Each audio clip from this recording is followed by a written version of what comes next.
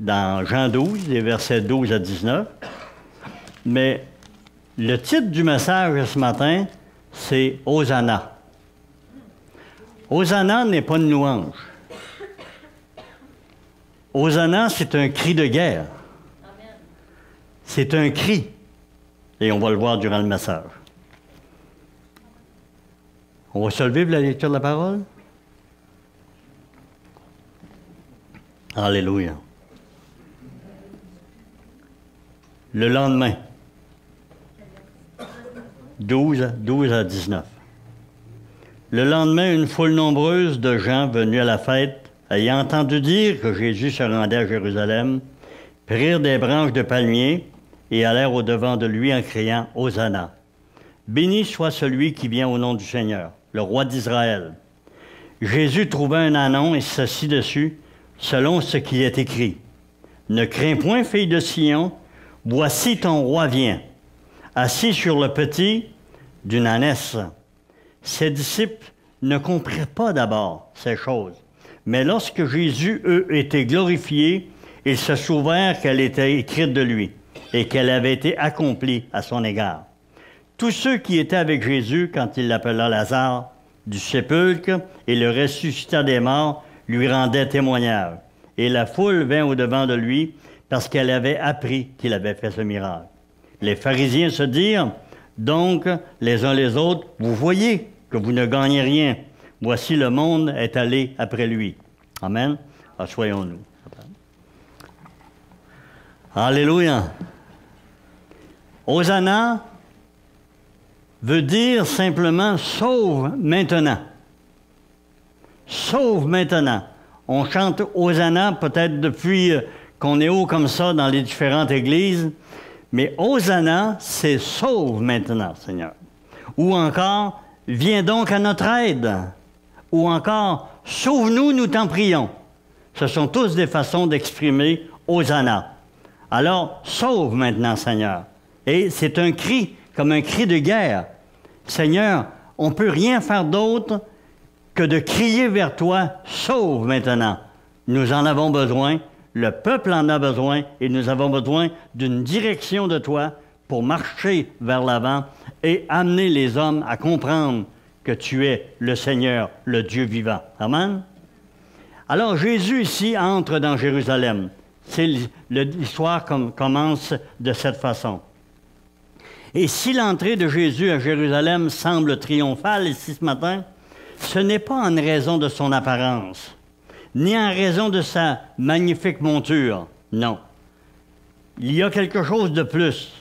L'entrée est triomphale parce que les hommes ont eu connaissance d'un miracle, celui de la résurrection de Lazare, et dans d'autres textes des Écritures, ça nous dit, dans Luc 19, que parce qu'il les nourrissait, parce qu'il les guérissait, parce qu'il allait vers eux pour leur donner des choses, eux venaient vers lui. Alors, même s'ils ne réalisaient pas pleinement, que la foule ne le réalisait pas pleinement, nous voyons ce matin que quelque chose s'accomplissait sous leurs yeux et ils comprenaient qu'il y avait quelque chose de Dieu dans l'affaire. Ils ne comprenaient pas toute l'affaire. La parole de Dieu nous dit ce matin que même les disciples de Jésus-Christ, même ceux qui vivaient avec lui depuis tant d'années, ne savaient pas que c'était une réalisation prophétique qui se produisait ce matin-là sous leurs yeux. Alors, ils ne le comprenaient pas. Les annonces qui avaient été faites dans Psaume 118, 26 annonçaient « Béni soit celui qui vient au nom de l'Éternel ». Et il était celui qui venait au nom de l'Éternel. Mais les gens reconnaissaient seulement en partie à cause des bénédictions. Ils ne reconnaissaient pas que les choses qui se passaient devant leurs yeux, c'était quelque chose qui était écrit. Et la deuxième partie qu'il criait, ça disait « Béni soit celui qui vient au nom du Seigneur, le roi d'Israël ». Puis il criait « Hosanna ». Hein? Zacharie 9.9, ça dit « Ton roi vient, à toi il est juste et victorieux, il est humble et monté sur un âne le pâtis d'une ânesse ». Alors les gens ne se réalisaient pas que ces deux thèmes du psaume 118, 26 et de Zacharie 9.9 se réalisaient là sous leurs yeux. Et que la chose importante qu'il aurait dû regarder, Et c'est là le point central. C'est là le point névralgique de l'affaire. C'est beau de crier Hosanna. Mais est-ce que je crie Hosanna parce que je suis conscient que celui qui peut faire quelque chose pour le peuple, que celui qui peut faire quelque chose pour moi, est vraiment là, devant moi, parce qu'il est écrit, je dois y croire. C'est important ce matin. J'aurais pu intituler le titre du message « Parce qu'il est écrit », et ça aurait été peut-être encore plus dans le sens du message, mais le thème Hosanna vraiment veut nous amener à comprendre que la réalisation des prophéties qui ont été faites de tout l'Ancien Testament ont un nom, Jésus. Et que ce Jésus-là, il est proclamé, mais il est proclamé comme étant le sauveur de l'humanité. Et on peut bénir Dieu pour le réflexe que ces hommes et ces femmes ont eu. Excusez-moi. On peut bénir Dieu pour le réflexe que ces hommes et ces femmes ont eu de dire « Sauve maintenant, viens donc à notre aide, sauve, nous t'en prions ». En criant « Hosanna », ces gens-là comprenaient qu'il y avait quelque chose qui était de Dieu, qui se réalisait sous leurs yeux, mais sans vraiment comprendre toute l'importance du fait que les choses se réalisaient parce qu'ils ont été écrites pour qu'ils sachent que Dieu les visitait. Et aujourd'hui encore, nous sommes dans la même situation. Il était comme aujourd'hui, un peuple tourné vers lui-même. C'est ce on voit dans ce texte. Ses besoins à lui, non sur les réalisations du plan de Dieu. Cette page du ministère prophétisé, en rapport avec Jésus, loin de Dieu, pour accomplir tout ce qu'il est venu faire. Amen? Alors, l'accomplissement de Jésus, lorsqu'il est venu, était quelque chose que nous pouvons voir de Dieu, ou que les disciples ont vu de Dieu, parce que Dieu l'a révélé sous leurs yeux en la personne de Jésus-Christ, mais ils ne comprenaient pas toujours que les événements qui se produisaient étaient les événements qui avaient été annoncés par les prophètes il y a fort longtemps. Non, la résurrection de Lazare, les miracles et les guérisons opérées par lui étaient la raison principale de leur venue. Ils venaient voir un phénomène qu'ils n'avaient jamais vu. Quelques-uns reconnaissaient que c'était en rapport direct avec Dieu, mais la plupart avaient des restrictions. Comme on l'a vu, même les disciples, au verset 16, même les disciples ne voyaient pas la réalisation concrète d'une prophétie. Ils voyaient simplement quelque chose qui se réalisait sous leurs yeux. Eux savaient que ça avait un rapport avec Dieu parce que Jésus était venu annoncer sa venue et la venue de Dieu pour sauver le monde. Hein? Mais ils ne comprenaient pas. Alors, Jésus trouva un ânon et s'assit dessus, selon qu'il est écrit. La parole de Dieu nous dit « selon qu'il est écrit ». Et c'est ça qui est important pour nous, frères et sœurs, de comprendre que ça a été écrit de lui. Mais est-ce qu'aujourd'hui, l'humanité comprend davantage qu'elle comprenait à cette époque-là? On se rappelle dans l'Évangile de Luc, c'est le seul endroit où on nous en parle, un homme et une femme, une vieille femme âgée de 80 ans, qui était veuve depuis fort longtemps, et elle était dans le temple et elle glorifiait Dieu, et elle attendait la venue du Seigneur. Cette femme est Siméon, hein, un homme de Dieu âgé aussi, à qui Dieu avait fait une promesse que ses yeux ne se fermeraient point avant qu'il ait vu le Seigneur. Et un tout petit bébé, un jour, vient pour être présenté au temple, et on sait que ce bébé-là, c'est Jésus de Nazareth. Et Siméon fait un message de remerciement à Dieu, une prophétie hein, de ce que lui, cette petite enfant, sera dans sa vie, hein, pour sa mère et pour l'humanité. Il fait un message prophétique, puis il dit maintenant, Seigneur, je peux m'en aller, mes yeux peuvent se fermer, parce que j'ai vu celui que tu avais dit que tu enverrais. Amen. Alors c'est important, frères et sœurs, de comprendre que la foule qui était là, comme elle est comme celle d'aujourd'hui. Parce qu'elle a entendu parler de lui. Souvent, les hommes viennent voir, viennent entendre, viennent rencontrer, viennent à l'Église parce qu'ils savent qu'ils peuvent recevoir, parce qu'ils ont vu quelque chose de spécial par rapport au peuple de Dieu. Ils ont vu de l'amour, ils ont vu de la paix, ils ont vu de la reconnaissance, ils ont entendu des louanges, des bénédictions vers Dieu, ils ont entendu le témoignage du Seigneur, mais ils ne savent pas qu'ils sont là pour une raison, c'est qu'il est écrit. Amen? Il est écrit ce matin-là que Dieu doit leur parler. La foule était là exactement comme la foule est aujourd'hui, avec ses besoins, avec tout ce qu'elle désire, mais sans réaliser pleinement que tout ce qui s'accomplit en ce moment de l'humanité, et il s'en accomplit des choses, êtes-vous d'accord avec moi? Ceux qui regardent un peu les événements mondiaux, que ce soit hier l'annonce d'un tsunami encore dans l'Asie-Pacifique, ou par les rencontres qu'il y avait là-bas, où le premier ministre d'un pays, le président d'un pays s'est présenté là avec des chars de guerre pour soi-disant l'assurer de son retour dans son pays au cas où quelque chose arriverait. Et on voit beaucoup de choses qui se passent actuellement dans le monde qui sont une démonstration des choses qui avaient été annoncées par Dieu pour la fin. Amen? Dieu a dit, « Mon peuple périt par manque de connaissance. » Amen? Osée 4, verset 6. Mais aujourd'hui, avec les milliards de Bibles distribuées, dans presque toutes les langues et dans presque toutes les tribus de la terre, quelle sera l'excuse que nous pourrons donner? Des émissions chrétiennes à la TV, des films sur l'Internet et autrement, la parole de Dieu est annoncée à tous les hommes de la terre. Et nous voyons alors quelque chose de spécial. La parole est annoncée partout dans le monde comme Dieu avait dit que ce serait annoncé avant la fin. Et ce sont ces instruments-là que nous voyons quelquefois comme des instruments de malédiction, comme l'Internet ou comme la télévision, toutes ces choses-là où on ne distribue pas seulement de la belle connaissance, mais on distribue de la folie aussi. Mais à travers ces moyens, Dieu utilise ces choses. Comme il a utilisé la voie romaine. La voie romaine avait été bâtie pour amener la guerre parmi les nations jusqu'à Jérusalem. Mais l'apôtre Paul a pris la même voie romaine pour amener l'Évangile jusqu'à Rome. Alors, ça dépend de comment on utilise les technologies d'aujourd'hui qui font la différence. Mais une chose qui est sûre, la parole a été annoncée, est annoncée aujourd'hui comme elle n'a jamais été annoncée.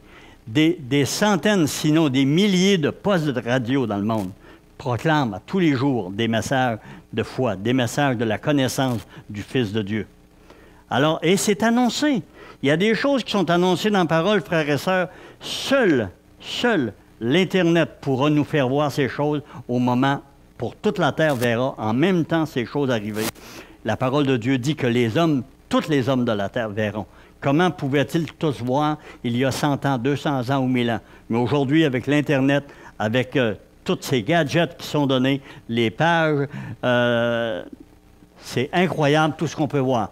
Un homme se fait décapiter au Moyen-Orient et en 5 ou 10 secondes, c'est rendu sur les réseaux sociaux à la grandeur du monde entier. Et ce qu'on voit ce matin dans cette page, c'est une foule qui chante des louanges. Est-ce qu'on est d'accord? On les voit, une foule qui chante des louanges, des disciples qui ne comprennent pas. Il faut le voir, ces choses-là, ce matin. Quand on lit la parole, il faut l'examiner vraiment selon tout le contexte dans lequel elle est faite. Donc, une foule qui chante des louanges, des disciples qui ne comprennent pas ce qui arrive, des pharisiens, hommes religieux, jaloux, car la foule allait après lui. Aujourd'hui encore, on a de ces gens religieux, de ces hommes religieux qui ne sont pas contents parce que les hommes de notre temps, les femmes de notre temps, vont vers d'autres mouvements chrétiens, vont vers d'autres annonces, vont quelque chose où il arrive quelque chose, où il se propage quelque chose, où il se vit quelque chose. Alors, que représente vraiment aujourd'hui ce passage de la parole de Dieu pour nous? Et ça, c'est important, parce que la parole de Dieu est écrite pour servir, tout l'Ancien Testament était là pour servir de témoignage pour le Nouveau Testament. Amen? Et le Nouveau Testament et l'Ancien Testament aujourd'hui sont là pour nous servir de témoignage. La Bible nous dit, nous qui sommes parvenus à la fin des siècles. Et ce témoignage, c'est que Dieu est vivant et que Dieu a dit des choses par la bouche des prophètes qui se réalisent encore aujourd'hui et à laquelle je dois m'attacher pour comprendre et croire. Amen? Alors, que représente vraiment pour nous aujourd'hui ce passage de la parole? Une belle histoire ou bien un enseignement qui me fera aller plus loin? C'est ma question à moi, pour moi, aujourd'hui, et c'est la question que chacun de nous, on doit se poser pour lui-même.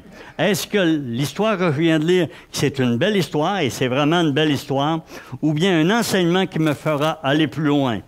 Ma foi sera-t-elle davantage sûre, frères et sœurs? Et ça, c'est important. Même si on croit au Seigneur, et je sais que la plupart ici, presque à 100%, croient au Seigneur et aiment le Seigneur, ne comprennent pas peut-être tout ce qui se passe, ou tout ce qui se vit, ou tout ce qui se dit, mais ils croient au Seigneur. Alors, ma foi serait-elle davantage sur mes expériences personnelles, hein, mes guérisons, les choses que j'ai entendues, les choses que j'ai vues de la part du Seigneur? Ma foi serait-elle davantage sur ce que je crois, ou bien ce qui est écrit? Est-ce que ma foi est basée sur ce qui est écrit? Et c'est ça qui est important, frères et sœurs. Ce qui est écrit à l'intérieur est la base de la foi du croyant. Il n'y en a pas d'autre. Si nous n'avions pas de calendrier, nous ne saurions pas avec certitude quelle journée nous sommes. Si on n'avait pas de l'horloge, on ne saurait pas, probablement pas, à l'heure où nous sommes aujourd'hui, quelle heure nous sommes. Il en est ainsi de peu importe les recettes, formules, mathématiques, linguistiques ou autres, si nous en avons la formule ou l'explication, ce sera du charabia pour chacun de nous. Est-ce que vous êtes d'accord avec moi?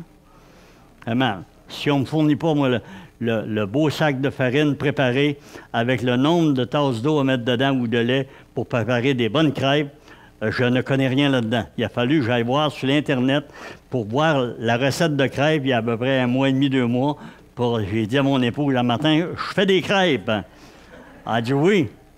J'ai dit oui, j'ai été voir une recette sur l'Internet, puis un matin, tu vas manger des bonnes crêpes.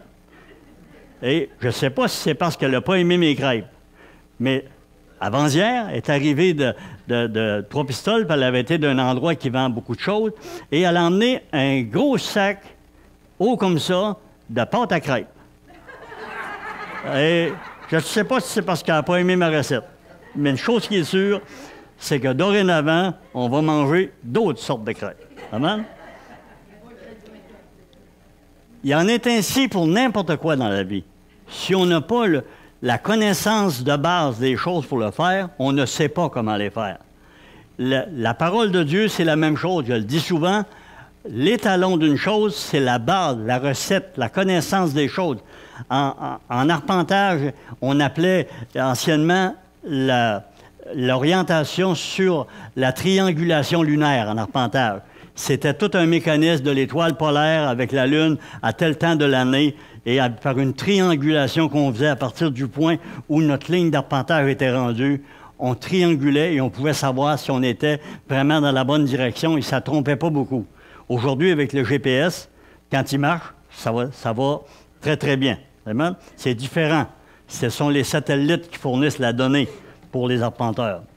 Mais il n'y a rien de mieux que la base établie par Dieu, l'étalon lunaire, pour définir vraiment le tracé d'où je m'en vais. La parole nous oriente davantage vers les paroles prophétiques.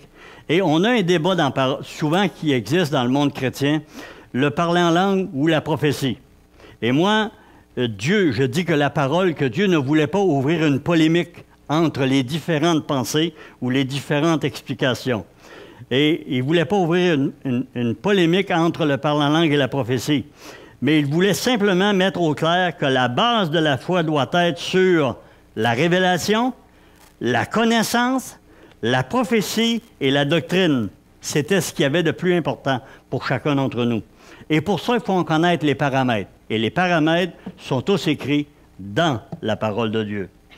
Sinon, si on n'écoute pas et qu'on ne prend pas connaissance de ce que Dieu a écrit, de ce qu'il a dit pour les temps dans lesquels nous vivons, nous serons exactement comme nous le voyons ce matin dans Jean 12. Une belle foule joyeuse qui croit en Jésus sur la base de ce qu'ils ont vécu au lieu d'être sur la base de ce qui a été écrit. Plus tard, les disciples se rappelleront, comme on l'a vu plus haut tout à l'heure, se rappelleront que ça a été écrit de lui. Et nous avons à comprendre quelque chose. On doit être plus que ce qu'on a vu ce matin. Une foule qui chante des louanges. On peut être des disciples qui ne comprennent pas ce matin. Ou on peut être aussi avoir une pensée pharisianique qui est jalouse que les hommes vont vers d'autres centres. En Luc 19, commentant la même situation,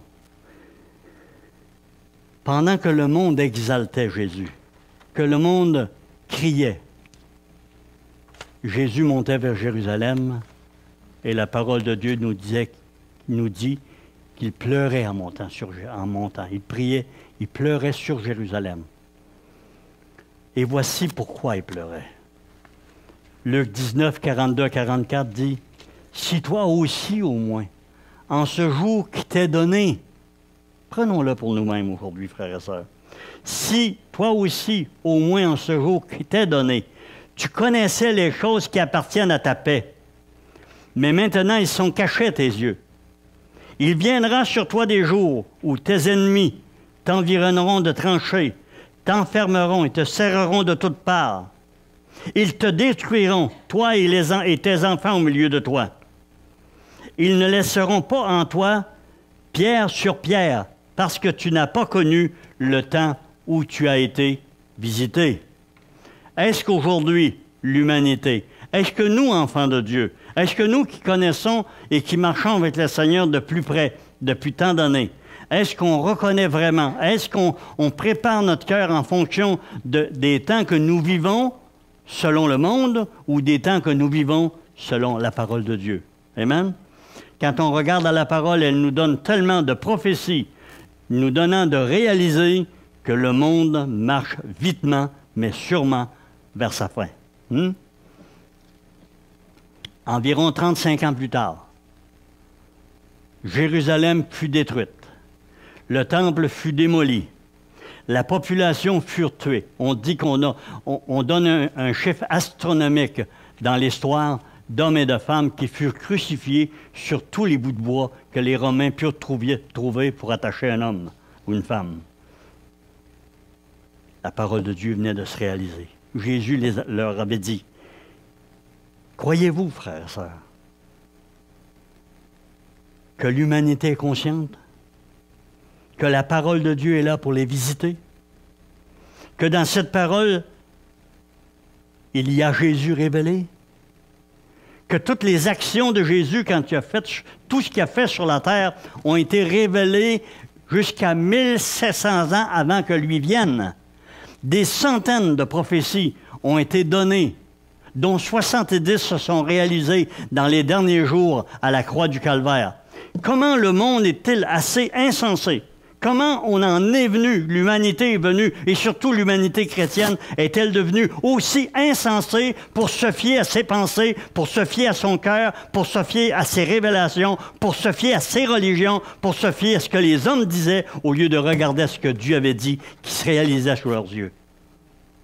Ça ne change pas. Plus ça va, plus c'est pareil. Et pire, c'est encore aujourd'hui. Parce que plus l'homme avance dans la connaissance que Dieu lui a donnée, il se tourne dans la complaisance de réussite dans sa technologie et autres choses semblables pour dire, aujourd'hui, j'ai plus besoin ou j'ai pas besoin d'un Dieu. Il n'y en a pas de Dieu. Ils vont jusqu'à dire, il n'y en a pas de Dieu. Mais quand la parole de Dieu nous parle, elle nous dit que c'est seulement les insensés qui disent qu'il n'y a point de Dieu. Amen? Croyez-vous que la population est consciente, frères et sœurs, que ce pays a été bâti par la foi en Dieu, Père, Fils et Saint-Esprit, ce pays, le Canada, ce pays à côté de nous, les Américains, hein, ça a été basé sur « En Dieu nous croyons ». La base de la foi. Est-ce qu'en regardant ces peuples, en regardant notre propre peuple vivre, en regardant le peuple américain vivre à côté de nous, en voyant les Européens vivre, est-ce que nous sommes capables encore de voir la réalisation de ce qui a été produit par Dieu dans tous ces domaines? Des hommes et des femmes qui ont cru en lui, qui ont cru en ce qui était écrit, qui sont traversés en Amérique, qui ont construit un pays sur la base de leur foi en Dieu et spécialement en Jésus-Christ. Amen. Verra-t-elle Croyez-vous qu'elle est consciente que ce pays a été bâti par la foi, Père, Fils et Saint-Esprit? Verra-t-elle aussi une religion qui lui est étrangère, égorger ses fils et ses filles et détruire ce qui a été construit par ses ancêtres?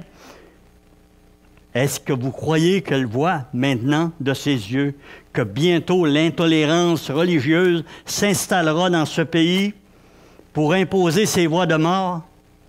Il n'y a qu'une voie de paix pour notre peuple, une seule voie de paix pour notre peuple, et c'est la voie de la foi en Jésus-Christ, la foi en ce Jésus qui est venu a offert sa vie sur la croix du Calvaire. Quel ridicule aujourd'hui. On voit des hommes et des femmes qui meurent. On parle d'un homme encore qui s'est fait, qui a eu la tête coupée hier encore en Irak.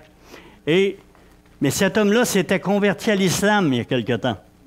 Et il a décidé, après 2 ans de djihad, c'est-à-dire de combat contre l'Occident, il a décidé, lui, de retourner là-bas encore une autre fois, mais d'ouvrir un organisme d'aide pour aider les gens là-bas. Imaginez-vous le non-sens, tout ce qui flottait dans la tête de cet homme-là, passant de droite à gauche et de gauche à droite, et ne sachant pas ce qu'il allait réaliser. Et là, il s'est fait couper la tête parce que ces soi-disant personnes qui voulaient aider l'ont, eux autres mêmes, guillotiné avec une épée. Il n'y a qu'une voie de paix pour le peuple, et c'est la foi en Jésus-Christ. Lui n'a pas demandé de couper les têtes des autres.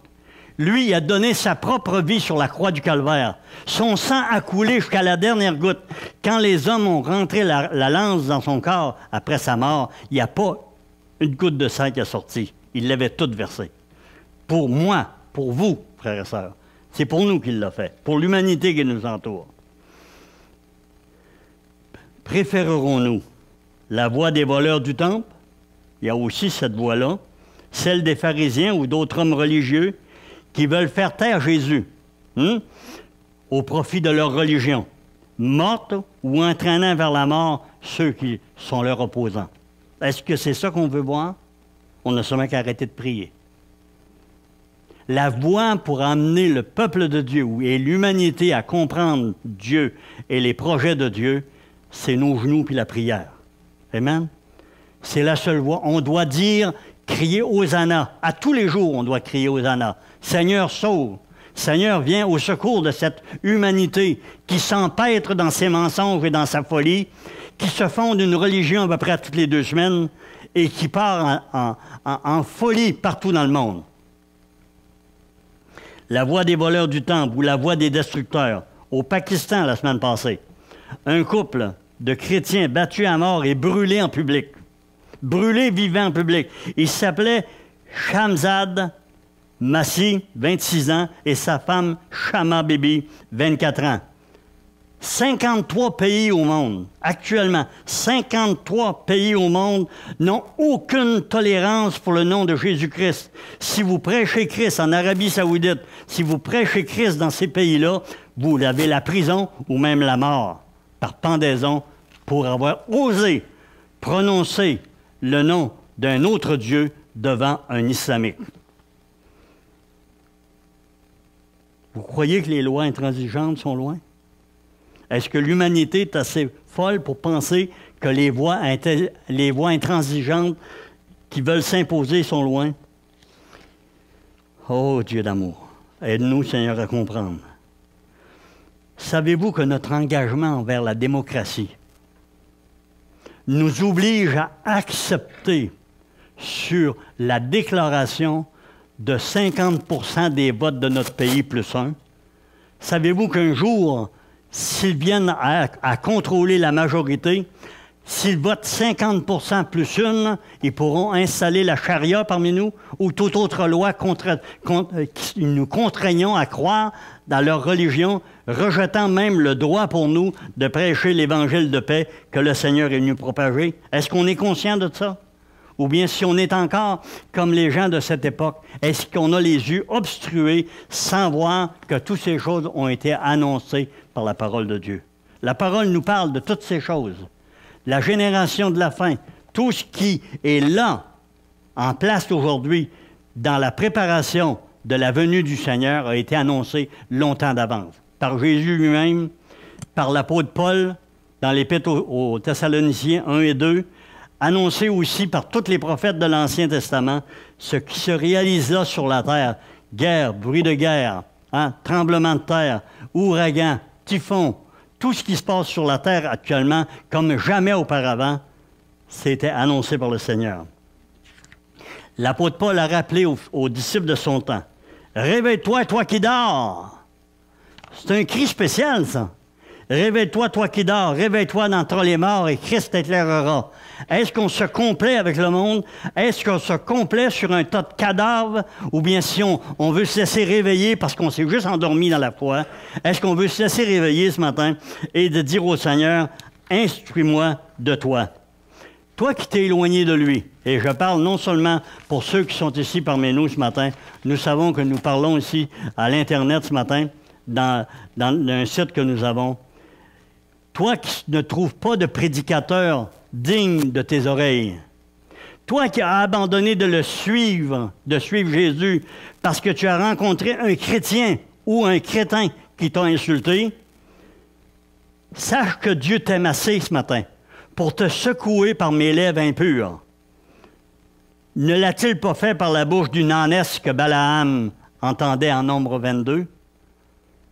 Il frappait sa monture parce qu'elle ne voulait pas avancer, car elle voyait et elle voulait le prévenir que l'ange de l'Éternel avait bloqué la route et que s'il avançait un pas de plus avec sa charge, la tête de Balaam aurait pu être coupée.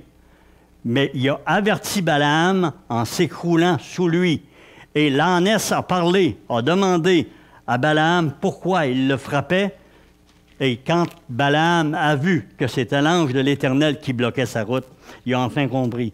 Alors, ce matin, peut-être que tu peux me voir comme l'âne de Balaam. Je t'avertis que tu t'en vas vers ta destruction si tu ne reviens pas, si tu ne te repens pas et si tu n'abandonnes pas ta révolte pour marcher avec lui. Marche avec lui. Tu crois y arriver seul en plus? J'en ai connu des centaines de croyants, sincères, des gens qui étaient sincères, qui n'y sont pas arrivés. Pourquoi? Parce qu'isolés par l'ennemi de leur âme, ils sont retournés ce qu'ils avaient quitté, c'est-à-dire le monde. On ne peut résister seul. Et si ce matin tu es dans ta maison et que tu ne veux rien savoir de l'Église, tu viens de rejeter le moyen de grâce de Dieu, parce que le moyen de grâce de Dieu, c'est que tu t'en ailles dans une assemblée chrétienne, que tu apprennes à connaître ses chemins et ses voies et que tu marches avec lui. Amen. Tes frères imparfaits sont là. Chers amis, chers frères et sœurs ce matin. Peut-être que quelqu'un parmi nous trouve que c'est difficile, que ça manque d'amour. Peut-être que tu trouves ça ce matin. Mais l'imperfection de tes frères est là pour t'aider à corriger les tiennes, tes propres imperfections, et qu'ensemble, nous marchions dans l'amour. L'amour ne s'apprend pas sur un banc d'école. L'amour se prend par l'habitude et la reconnaissance d'un besoin de tout être humain d'investir dans la vie d'un autre. C'est comme ça que l'amour s'apprend. Le désir d'investir dans la vie d'un autre. Comment le joaillier rend-il belles les pierres que nous voyons qui se vendent des millions et des milliers de dollars dans les salles de montre de ces joailliers? Ils prennent les pierres précieuses lorsqu'ils sont brutes. Ils les mettent tous ensemble dans un lapidaire. Peut-être que parmi nous, on peut mieux comprendre ce que c'est une baratte à beurre. On se rappelle des barattes à beurre qu'on brassait, puis que les barattes culbutaient la crème jusqu'à ce qu'elle soit devenue du beurre. C'est la même chose que les joailliers font pour polir les belles pierres précieuses que vous achetez. Ils mettent tous ces pierres brutes avec des arêtes, et ces pierres, en se bousculant et en se frappant les unes après les autres, produisent une perle, pas une perle, parce que les perles, c'est pas comme ça, mais produisent une pierre précieuse de grand prix, par le frottement les unes contre les autres. Et c'est ce que Dieu a voulu, frères et sœurs. C'est ce que Dieu a voulu. Ce matin, premièrement, reconnaissons ce que Dieu a dit. Il est écrit, « Je bâtirai mon assemblée ». Vous savez que le mot « Église » veut dire aussi « mon assemblée ». C'est principalement mon assemblée. Le Seigneur Jésus a dit, « Je bâtirai mon assemblée ». Amen? Alors, l'assemblée qu'il a bâtie, nous y sommes ou nous sommes à l'extérieur. Si nous sommes à l'extérieur, nous ne pourrons jamais nous proclamer de l'Assemblée. Parce qu'une assemblée, c'est un groupe de personnes réunies ensemble qui se frottent les uns aux autres, pas toujours dans la facilité, pas toujours dans les petites tapes ou les petites caresses sur les épaules, mais souvent par une bonne claque de dos en disant « Mon frère, tu t'en vas dans une mauvaise voie. Mon frère, ma sœur, ceci, ce que tu fais, n'est pas correct envers tes frères et envers Dieu. » Et les claques sur les épaules sont beaucoup plus formateurs que les caresses, je peux vous garantir. Amen? Parce que le Seigneur m'a redressé tellement de fois par des claques puissantes que j'ai appris que dans la facilité, ce matin, notre sœur a donné un message, elle s'est exposée publiquement ce matin pour donner un message à quelqu'un d'autre, disant qu'elle avait vécu un temps de sa vie dans une condition qui n'était pas du Seigneur et qu'à travers cette situation-là, le Seigneur lui a montré, en appesantissant sa main sur elle, il lui a montré qu'elle n'était pas dans la bonne voie et qu'elle devait redresser sa voie. Elle s'est mise au parfum de son histoire ce matin. Elle nous l'a lancé pour que quelqu'un comprenne que peut-être sa situation à lui ou à elle était quelque chose qui avait besoin du réconfort, du témoignage de notre sœur ce matin. Amen? Car il est écrit, frères et sœurs, on doit croire au témoignage, premièrement, de la parole de Dieu. Mais parce que nous vivons ensemble, nous devons croire aussi aux expériences que nous vivons les uns les autres. Amen? Quand Dieu me redresse et que je vois le résultat dans ma vie et que j'en parle, je témoigne aux autres que la parole de Dieu, ce qu'elle dit est vrai. Amen? Est-ce qu'on est d'accord avec ça? Alors ce matin, on va terminer pour l'ordinateur, pour le site web. On va terminer avec le même chant qu'on avait commencé par Hosanna. On va envoyer ce chant-là. Et nous, on va se préparer pour la Sainte Seine ce matin, pour prendre les aliments de la Seine. Amen?